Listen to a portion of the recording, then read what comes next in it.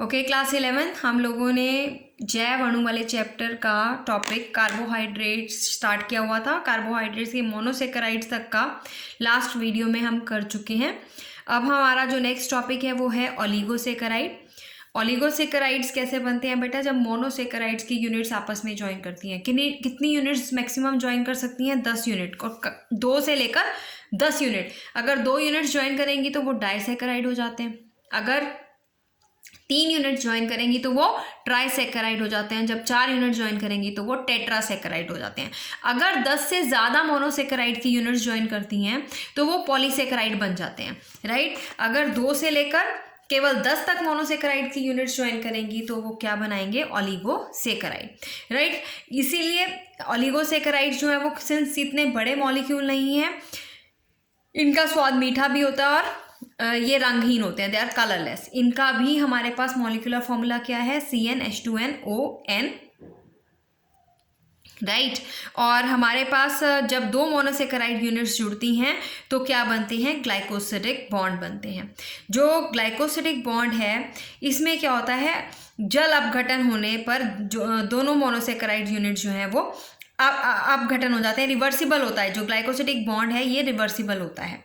जब ये जुड़ेंगे हमारे पास, देखिए मोनोसेकेराइड्स आपस में ग्लाइकोसिडिक बॉन्ड के द्वारा जुड़ेंगे, राइट। और ग्लाइकोसिडिक बॉन्ड जो होता है वो रिवर्सिबल होता है।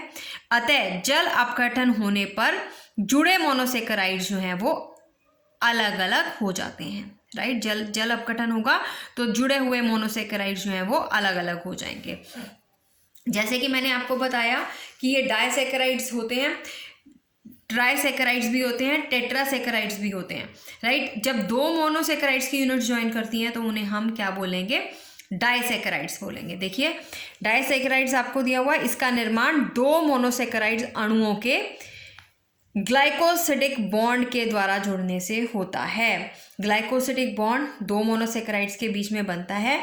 ग्लाइकोसिडिक बॉन्ड जो है उसमें एक मोनोसेकेराइड का अल्डिहाइड या कीटोन ग्रुप और दूसरे मोनोसेकेराइड का हाइड्रोक्सिल ग्रुप जो है वो ज्वाइन करते हैं। देखिए यहाँ पर आपको अलग से ग्लाइकोसिडिक बॉन्ड जो है वो समझाया गया है।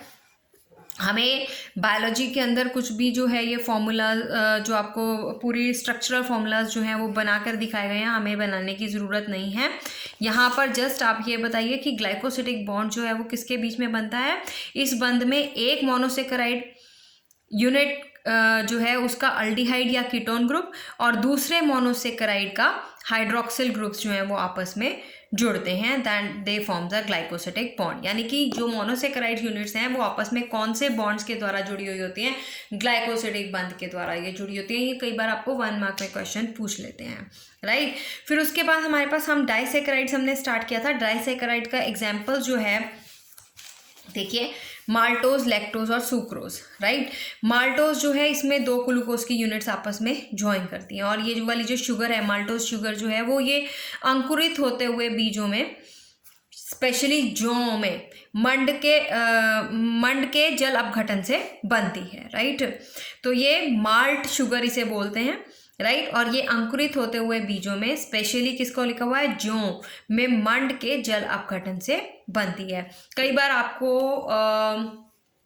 देखिए जब आप बहुत देर रोटी चबाते रहते हो तो जो रोटी का हमारे पास जो स्टार्च है वो भी कन्वर्ट हो जाता है। हमारे मुंह के अंदर अमाइलेज एंजाइम होता है, अमाइलेज एंजाइम उसको तोड़ देता है, किसमें? माल्टोज शुगर में तोड़ देता है, राइट। ये भी मीठी, तो रोटी हम ज़्यादा देर चबाते रहें तो हमें मीठी लगती है। ये क्वेश्चन आप लोगों ने क्लास 10th में पढ़ा था, राइट। ज़्यादा देर रोटी चबाने पर हमें मीठी क्यों लगने लगती है? Because of the formation of maltose sugar. और माल्टोज शुगर कैसे बनती है? 2 ग्लूकोज के यूनिट आपस में ज्वाइन करके माल्टोज शुगर बनाते हैं। आगे देखिए हमारे पास नेक्स्ट है लैक्टोज। जो लैक्टोज शुगर है इसे दुग्ध शर्करा भी बोलते हैं। ये चीज़ आप याद रखिएगा, इसमें से ना 1 मार्क के क्वेश्चन ही आते हैं। लैक्टोज शुगर जो है वो एक ओलिगोसेकेराइड है। ओलिगोसेकेराइड में भी ये डाइसेकेराइड है। इसमें 2 मोनोसेकेराइड्स के यूनिट जुड़ते हैं। कौन कौन से मोनोसेकेराइड्स के यूनिट होते हैं? एक यूनिट होता है इसमें ग्लूकोज का, देखो एक यूनिट होता है इसमें ग्लूकोज का और दूसरा यूनिट होता है इसका ग्लैक्टोज का, राइट। तो हमें इसकी आणविक संरचना बताने की ज़रूरत नहीं है, you just have to learn कि लैक्टोज जो है हमारे पास दुग्ध शर्करा है, मिल्क शुगर है, मिल्क में पाए जाने वाली शर्करा है, और इसमें कौन से 2 मोनोसेकेराइड यूनिट है, one is glucose and another one is galactose, right.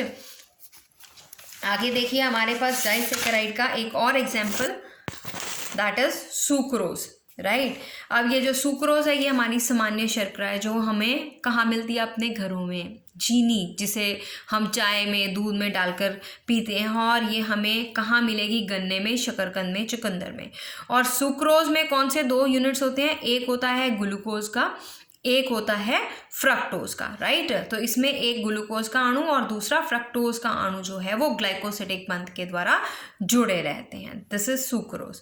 यहाँ पर हमारे पास ओलिगोसेकेराइड्स जो हैं वो खत्म होते हैं। फिर से मैं आपको बता देती हूँ कि जो ओलिगोसेकेराइड्स हैं वो 2 से लेकर 10 मोनोसेकेराइड यूनिट्स जो हैं उनको ज्वाइन करके बनते हैं।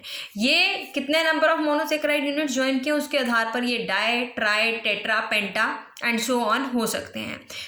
डाइसेकेराइड्स में हमने एग्जाम्पल जो पढ़े अभी वो पढ़ा हमने माल्टोज का, लैक्टोज का और सुक्रोज का, राइट। जो लैक्टोज शुगर है वो मिल्क शुगर है, हमें मिल्क में मिलती है, और जो सुक्रोज है वो हमारी नॉर्मल शुगर जो हम घरों में और गन्ने से प्रिपेयर होती है, ये सबको पता है। आगे देखिए पॉलीसेकेराइड्स। अब अगर 10 से ज़्यादा यूनिट, 10 या 10 से अधिक मोनोसेकेराइड्स के अणु मिलेंगे तो वो किसका निर्माण करते हैं, वो पॉलीसेकेराइड यूनिट्स का निर्माण करते हैं। और पॉलीसेकेराइड्स, यस, ये आपको कई बार मल्टीपल चॉइस क्वेश्चन में मिलता है। पृथ्वी पर सबसे अधिक कार्बोहाइड्रेट्स जो हैं वो किसके रूप में पाए जाते हैं, पॉलीसेकेराइड्स के रूप में पाए जाते हैं। पृथ्वी पे सबसे अधिक कार्बोहाइड्रेट्स पॉलीसेकेराइड्स के रूप में मिलते हैं, और इन्हें हम ग्लाइकेंस भी बोलते हैं, राइट। और ये शाखित भी हो सकते हैं, अशाखित भी हो सकते हैं, राइट। जो शाखित हैं उसका हमारे पास उदाहरण है सेल्यूलोज, और अशाखित जो हैं, जो अनब्रांच्ड हैं, वो हैं ग्लाइकोजन। अब आपको पता चला सेल्यूलोज और ग्लाइकोजन क्या है, दे आर पॉलीसेकेराइड। जब तक आप पढ़ते आ रहे थे कि हमारी जो सेल वॉल है प्लांट सेल के अंदर वो सेल्यूलोज की बनी होती है, राइट। तो सेल्यूलोज क्या है, इट इज़ अ पॉलीसेकेराइड। अब पॉलीसेकेराइड का वर्गीकरण हम करते हैं कि इसमें जो मोनोसेकेराइड यूनिट्स हैं वो सेम जुड़ी हुई हैं या अलग अलग जुड़ी हुई हैं उसके आधार पर, राइट। तो ये 2 प्रकार से विभाजित होते हैं, एक होते हैं होमोपॉलीसेकेराइड और एक होते हैं हेट्रोपॉलीसेकेराइड। होमोपॉलीसेकेराइड, होमो के नाम से ही क्लियर है, होमो मतलब सेम। अगर सेम तरह की मोनोसेकेराइड यूनिट्स जुड़ी होंगी, यानी कि सारी की सारी यूनिट ग्लूकोज की होंगी या सारी की सारी यूनिट हमारे पास फ्रक्टोज की होंगी, तो वो बनाएगा होमोपॉलीसेकेराइड, राइट। तो होमो मतलब सारी की जितनी भी यूनिट्स हैं, 10 से ऊपर, चाहे 20 यूनिट्स जुड़ी हैं या 25 यूनिट जुड़ी हैं, वो सारी यूनिट्स किसकी हैं, ग्लूकोज की। तो सेम मोनोसेकेराइड्स इकाइयाँ आपस में मिलकर होमोपॉलीसेकेराइड्स बनाते हैं। इसका एग्जाम्पल लर्न कर लीजिए बेटा, मंड और ग्लाइकोजन, स्टार्च और ग्लाइकोजन। और हेट्रोपॉलीसेकेराइड्स जो हैं 2 या 2 से अधिक प्रकार की अलग अलग डिफरेंट टाइप्स की मोनोसेकेराइड यूनिट्स जुड़ेंगी तो वो हेट्रोपॉलीसेकेराइड्स बनाएंगे। और हेट्रोपॉलीसेकेराइड्स जो है इसमें हमारे पास आप एग्जाम्पल ले लीजिए पेक्टिन का, हेमीसेल्यूलोज का, ये हेट्रोपॉलीसेकेराइड्स का एग्जाम्पल है। फिर उसके उपयोगिता के आधार पर पॉलीसेकेराइड्स का वर्गीकरण हम करते हैं। 2 प्रकार से इसका वर्गीकरण होता है, 2 प्रकार आते हैं इसमें। देखिए, एक है स्टोरेज पॉलीसेकेराइड, यानी कि जो फूड को स्टोर करने का काम आता है। हमारा जो कार्बोहाइड्रेट्स हैं वो फूड स्टोरेज के रूप में भी यूज होते हैं।